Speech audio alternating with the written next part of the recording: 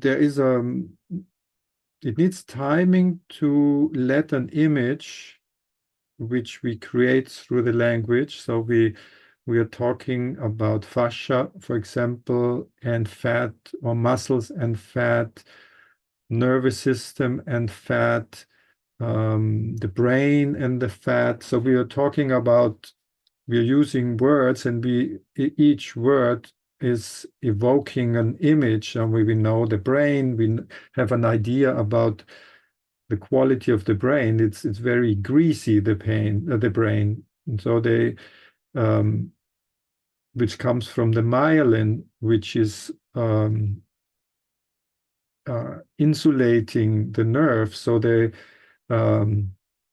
there's not so much nerve conduction from one nerve to the other, but it can go through the nerve.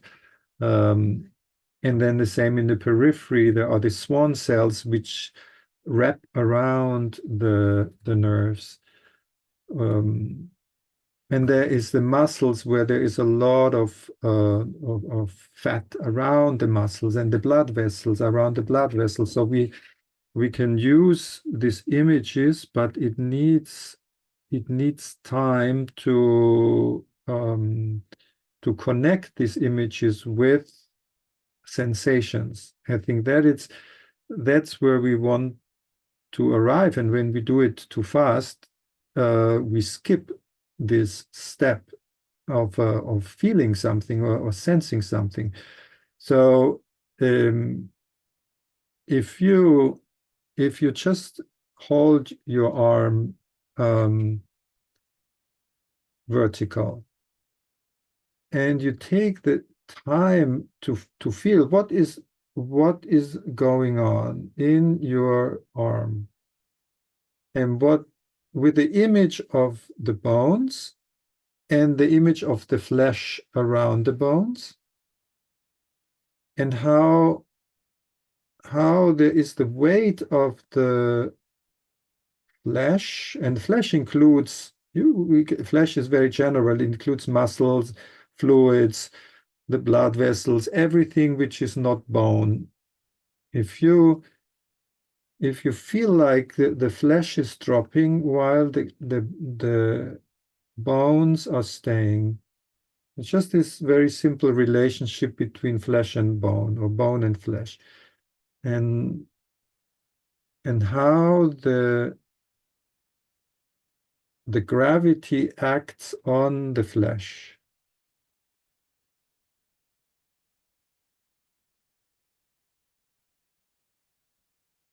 And you can start to move your hand a little bit, and then you see, or you feel, how the relationship between the bones and the flesh around is changing a little bit. It produces sensations on many different levels.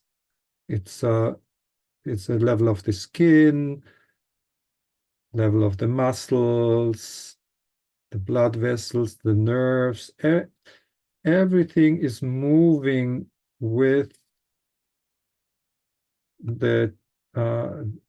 with turning the hand. So turning the hand seems to be a very simple action, but what's happening on the tissue level is quite complex. Because unless you have an injury, you have a scar, or you have a certain restriction, everything is moving to accommodate this movement. So the tissues are sliding. There is a certain degree of freedom. You can move, like if you put your other hand on the humerus, on this part of your arm, and then you turn the forearm, and you feel the movement arriving in your humerus, in the upper arm. So what is doing that sliding? What is allowing that sliding? And what is allowing the connection between your forearm, between your hand and forearm, with the upper arm and with the shoulder. What allows that connection? And you can let like turning the hand, turning the forearm, turning the upper arm, turning the shoulder, and you can make it kind of a, you can make it like a reaching into the space. And you can feel how through this, through pronation and supination, how it travels, the movement travels in the tissues into your body, and if you go further through your spine and even to your pelvis. So you can feel that, and what is allowing that movement going through is one is the fascia, and the other is the fat, which is kind of lubricating the fascia and lubricating the blood vessels and lubricating the nerves. So this idea of sliding is coming, one part comes from the fascia, and the other part comes from the fat. And they work together in a soft way. And when it's warmer in the summer, we are less likely um, to feel stiff. When it's warm, we feel less stiff than when it's cold. And you can allow this movement, this simple movement of pronation, supination, rotating your hand, just in a very improvisational way to spread into your shoulders, into the other side, into your spine, into your neck, into your head, and with this idea that the fat is more voluminous, so volumetric. There are these fat cells which are spread out in the whole body. They are more concentrated, maybe in the belly or in the hands, the palms of the hands or the sole of the feet, but they are loosely spread out also around the blood vessels, the nerves, in the fascia, around the muscles, around the organs, especially kidneys. And you can just, in your own way and in your own timing,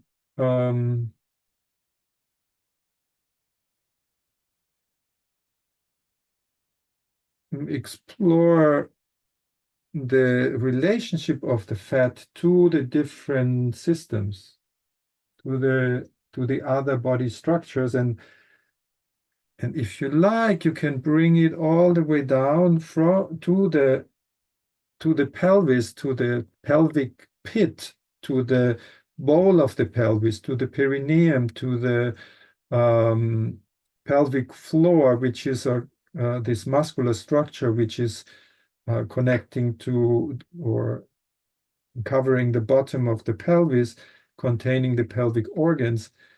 And from there to feel that fat quality coming from there and lubricating the movements of the pelvis and facilitating the movements of the legs. And so if you're sitting or not sitting, you can just play with moving one leg forward, one knee forward, the other knee forward, and or shifting the weight to the left side of the pelvis or the right side of the pelvis. And so letting that quality of the fat, this volumetric quality of the fat, affect other structures which are more, maybe more directional. and with this quality of a with this sensual quality of liquidity, but also of strength, of power.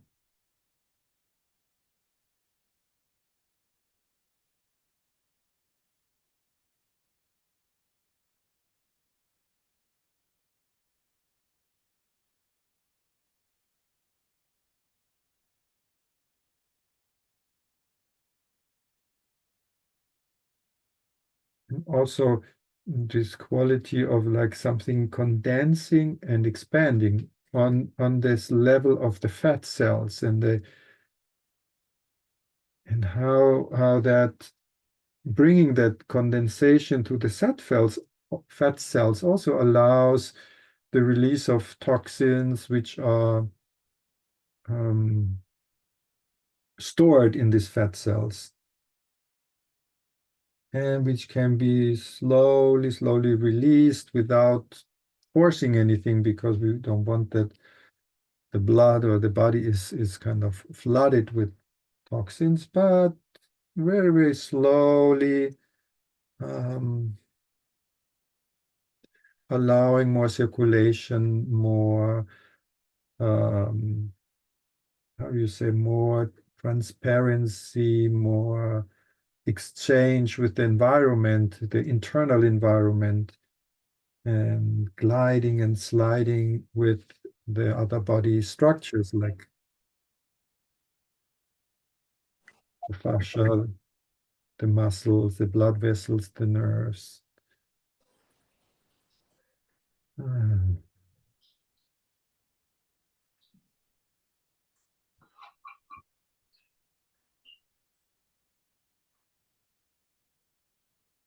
Opening these pathways through a gentle and slow stretching with a melting quality. So it's not forcing anything, but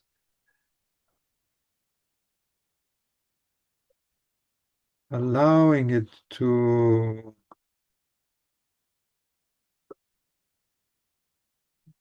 flow, to get into flow, to soften.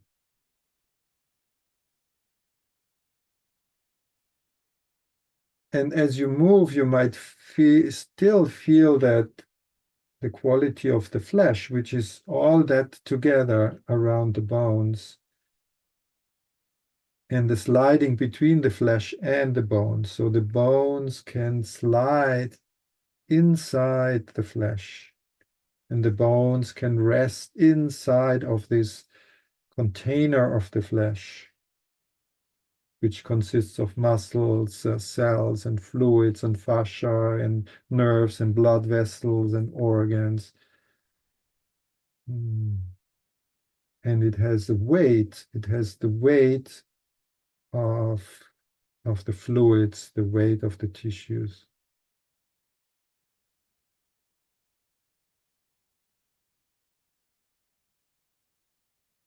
And then just take another 5 minutes just for you, um, for you to let come to you what what is inspiring or what is inspiring you about the fat, about the relation of the fat to the different body tissues and structures. What is for you interesting to explore a few more minutes before bringing it to a closure?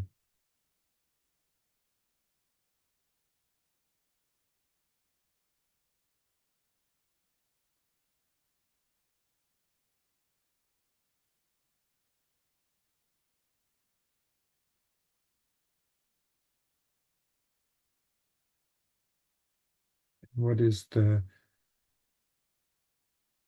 weight? What is the place of the weight in this exploration? How is weight related to fat?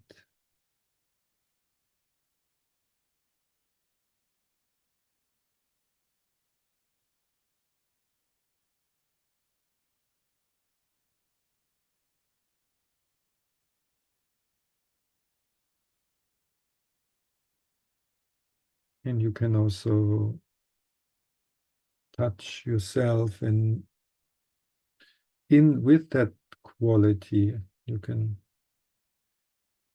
just put your hand or your hands on different parts of your body, even the head, and to connect to the brain. And slowly move your head with your hands.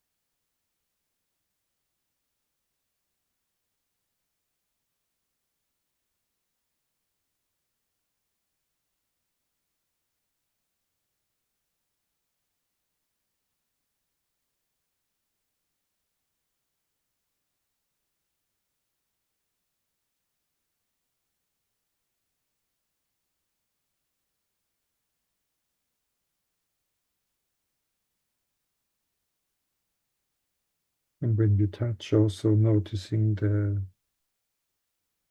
fat under the skin, which allows the skin to slide over the muscles.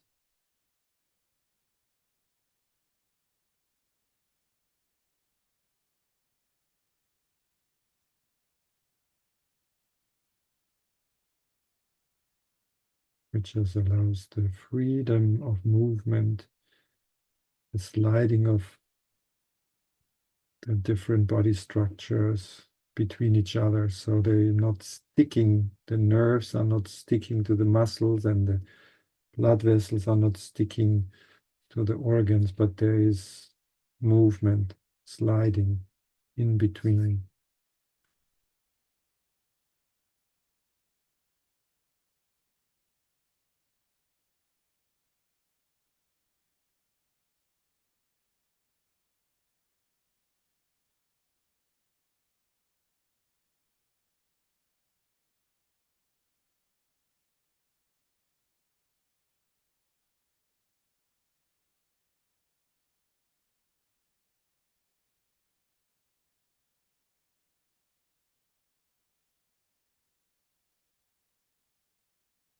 And then if you